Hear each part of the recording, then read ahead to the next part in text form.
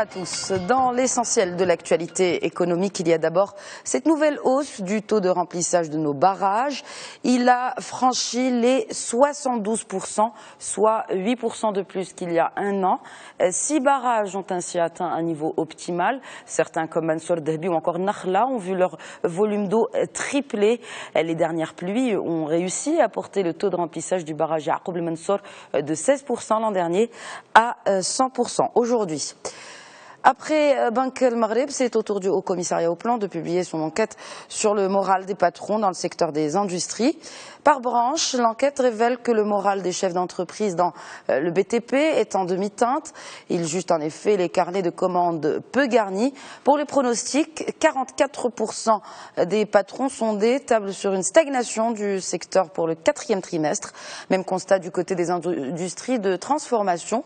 La moitié des participants à l'enquête jugent leur production en berne. Dans les mines, en revanche, la majorité des chefs d'entreprise relèvent une hausse sur leur production. Et pour rester dans le secteur de l'extraction, le groupe OCP annonce un projet de grande envergure à Meknes, 10 milliards de dirhams pour la construction d'un complexe industriel pour la production d'engrais sur le modèle de celui de Safi et de Jarf El Sfar. Un projet donc de taille car il permettra de créer plus de 2500 emplois directs. À noter enfin que ce projet fait partie des 32 projets approuvés par la commission interministérielle des investissements pour 2015. Le conseil d'administration de la Caisse nationale des organismes de prévoyance sociale, la CNOPS, tire la sonnette d'alarme. Les caisses de l'assurance maladie obligatoire seraient bientôt vides. La CNOPS propose un plafonnement des cotisations ainsi que la révision des taux de cotisation.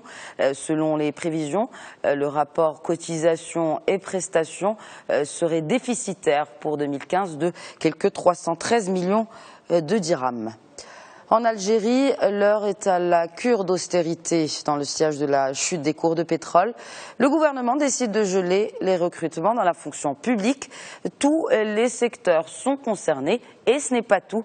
L'État met en stand-by les grands projets d'infrastructures qui ne sont pas urgents. Et d'ailleurs, ce ne sera plus à l'État mais aux banques de financer ces projets. Pour les dépenses sociales, le gouvernement rassure, elles ne devraient pas être touchées. Et la chute des cours assène également un coup dur pour les producteurs africains d'or noir. Le Gabon, le Congo, le Tchad, le Cameroun et la Guinée équatoriale devraient connaître un ralentissement de leur croissance. Selon les prévisions de la Banque centrale régionale, le PIB de cette zone pour 2014 devrait évoluer en moyenne autour de 4,9% au lieu des 5,6% initialement prévus. Et dans la foulée, le premier pays exportateur mondial d'or noir accuse le coup aussi.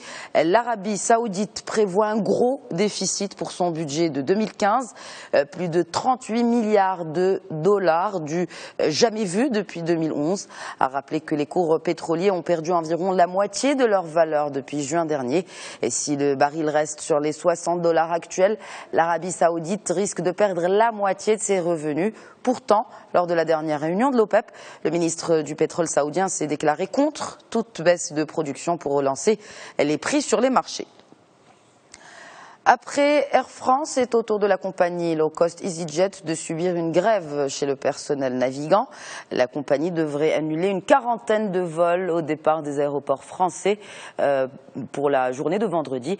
Pour les raisons de cette grogne sociale, les stewards et les hôtesses réclament de meilleurs plannings et des contrats de prévoyance.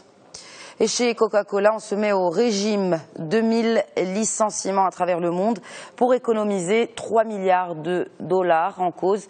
Eh bien, une chute de 14% des bénéfices au 3e trimestre.